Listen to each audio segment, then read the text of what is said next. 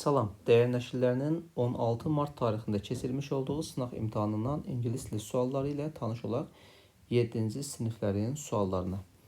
Kanala abunə olmağı və yoldaşlarınızla paylaşmağı unutmayın. 7-ci siniflər. Bir saniyə.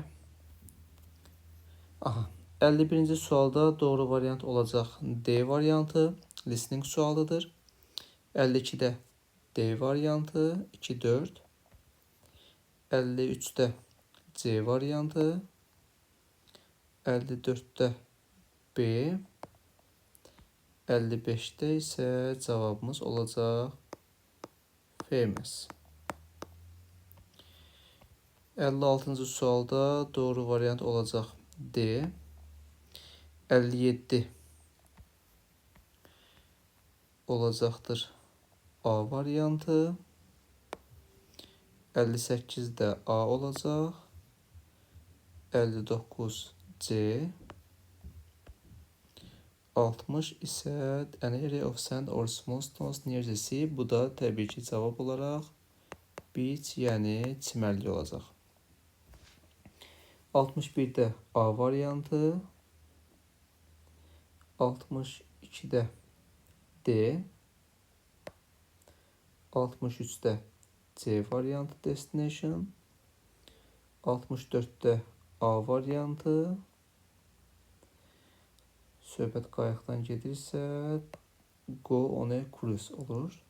65'te return olacaqdır cavab.